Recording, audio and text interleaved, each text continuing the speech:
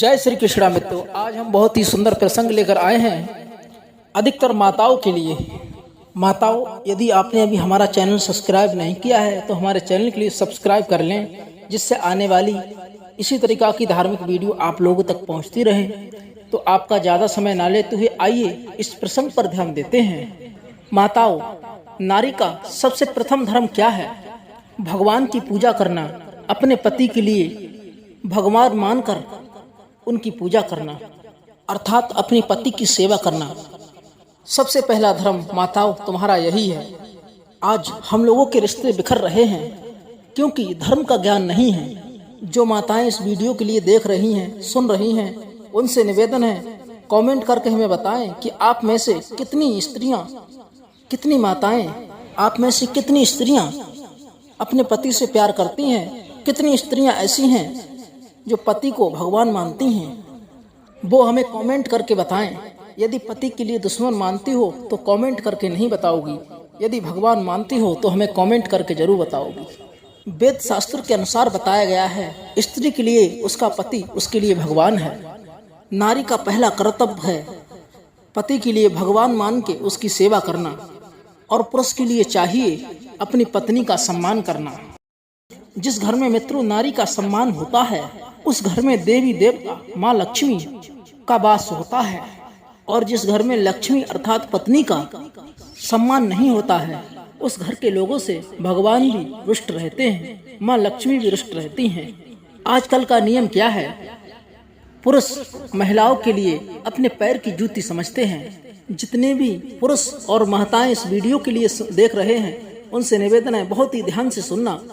आज कुछ पुरुष, सब नहीं, कुछ पुरुष अपनी पत्नी के लिए अपने पैरों की जूती समझते हैं। क्या पत्नी तुम्हारी पैर की जूती है? नहीं। सुनो सभी मित्र ध्यान से, स्त्री पांव की जूती नहीं होती। स्त्री, नारी, माता तो पुरुष के सिर की पगड़ी होती है। आपका सम्मान बढ़ाने वाली, आपका कुल, आपकी इज्जत बढ़ाने वाली और आपको बाप कह सकें ऐसे बेटे को जन्म देने वाली वो स्त्री होती है। इसलिए हे मित्रों, नारी का सम्मान करना सीखो, माताओं का सम्मान करना सीखो। नारी और पुरुष एक दूसरे के पूरक हैं, इसलिए पुरुष के लिए चाहिए नारी का सम्मान करना और नारी के लिए चाहिए पुरुष का सम्मान करना, अर्थात अपने पति का सम्मान करे। और गृहस्थी की गाड़ी बड़े प्यार मोहब्बत से चलानी होती है। जरा सी बातों पर झगड़ा करते हैं, ये वेद शास्त्र के अनुसार बिल्कुल भी कदापि ठीक नहीं है। होता क्या है मित्रों, कई बार स्त्रियों के लिए गुस्सा आ जाता है, कुछ अपने पति के लिए उल्टा सीधा बोल दिया।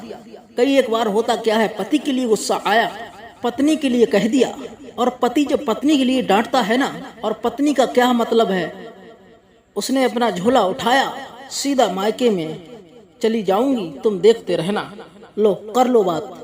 तो माताओं, क्या मायका जाने से आपकी समस्या का हल हो सकता है? कभी भी पति पत्नी के बीच में यदि झगड़ा होता है, यदि अपना भला चाहती हो तो सभी माताओं मेरी इस बात के लिए कान खोलकर सुन लेना।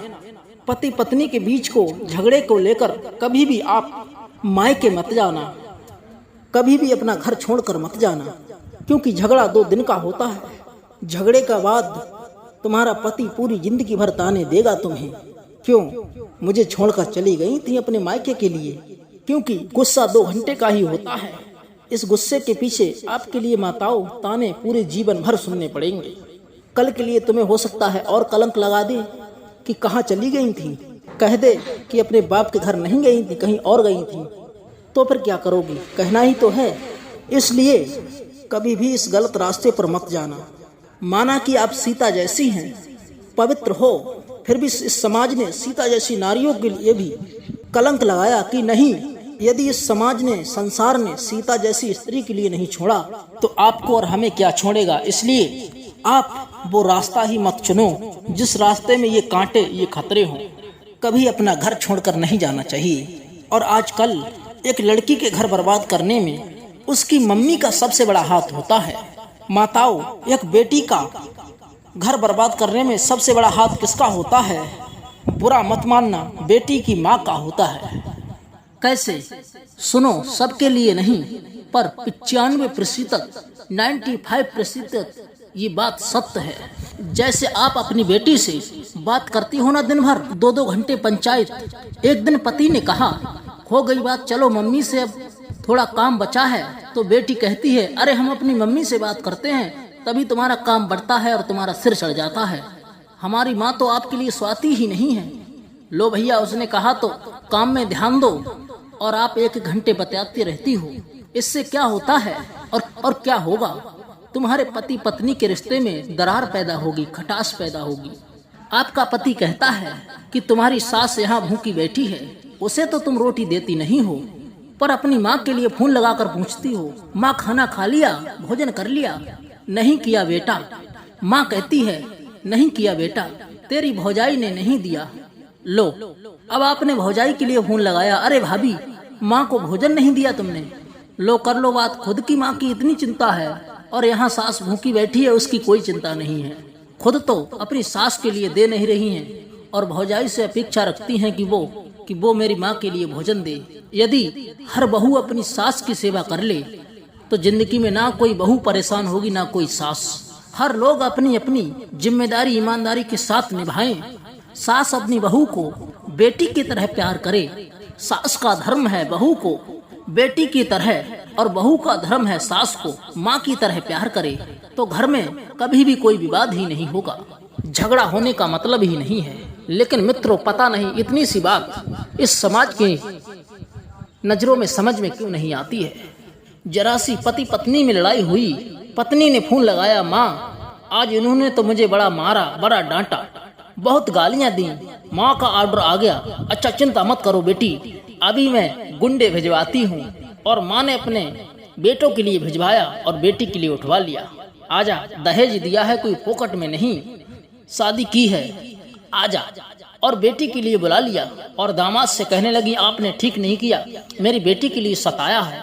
2 दिन बाद दामाद जी का फोन आया, क्योंकि पति का फोन तो पत्नी के पास जरूर आएगा कि सुनती हो, अब घर आ जाओ, अब रात हो गई, रात गई, बात खत्म करो। 2-4 इधर उधर से और ही सॉरी बोली और विवाद खत्म हुआ। और बेटी अपनी माँ से कहती है, माँ फोन आया है। तो माँ कहती है, क्या करें? अब माँ ने अपने शरीर में जहर भरना शुरू किया। माँ बोली, फोन काट दे अभी, जब तक दामाद हमारे दरवाजे तक नाक रगड़ते हुए नहीं आएगा तब तक मैं तुझे नहीं भेजूंगी। लो माताओं, मैं अब आपसे सवाल करता हूँ, जितनी भी आप महिलाएं हैं जो इस वीडियो को सुन रही हैं, क्या आप अपने पति की नाक रगड़वाना चाहती हैं? चाहती हो तो कमेंट करके जरूर बताएं। अरे पति पत्नी की लड़ाई किस घर में नहीं होती है भाई, लेकिन आप अपने पति की नाक रगड़वाना चाहती हैं। अब सास ने जवाब दिया, दामाद जी ऐसे नहीं आएगी हमारी बेटी। 10 बार फोन लगा दिया पति ने, दामाद ने। पत्नी गई ही नहीं, चाहती है कि नाक रगड़ता हुआ आए, हमारे आगे गिड़गिड़ाए। तो माताओं, यह तो आपके पति का सबसे बड़ा अपमान है, इससे बड़ा कोई अपमान नहीं है। इसलिए मैं हाथ जोड़कर आपसे निवेदन करता हूँ, मेरी माताओं, जीवन भर तुम्हारी माँ और बाप साथ नहीं देंगे। माँ तो चलो कुछ साल बाद मर जाएगी, और माताओं याद रखना, जब तक माँ होती है तभी तक तुम्हारा मायका होता है, और माँ नहीं तो तुम्हारा मायका नहीं। माँ गई तो मायका भी गया। माँ के जाने के बाद जिस ननद के बल पर, जिस भौजाई के बल पर, जिस भाई के बल पर बड़ी आंख दिखाती थी, माँ को मरने तो दो, बाप को मरने तो दो, तुम्हारी भौजाई कहेगी निकल जा मेरे घर से। जो अपनी पति की ना हो सकी वो मेरी हो जाएगी, यही ताने मिलेंगे तुम्हें। कब तक अपने माँ के घर पे रोटी का टुकड़ा तोड़ोगी? कब तक अपने भाई की रोटियां खाओगी? स्त्रियों का यह निर्णय सबसे गलत होता है कि अपने पति के लिए छोड़कर वो अपने मायके में अपने भाई बंधु के भरोसे रहती हैं। कब तक साथ देगा? कौन देगा तुम्हारा? यदि तुम्हारे बीच में अगर 2 बातें हो जाती हैं तो उन्हें सहन कर लिया करो मेरी माताओं। जो पत्थर सहता है वही पत्थर भगवान होता है। जो पत्थर चोट खाकर टूट जाता है वो नारियल तोड़ने के काम आता है, वो भगवान नहीं होता। एक पत्थर पर छेनी हथौड़ी की चोट पड़ती है और वो टूट गया तो नारियल तोड़ा जाएगा उस पर। जो चोट छेनी हथौड़ी की सहता गया वही पत्थर भगवान होता है, ईश्वर होता है।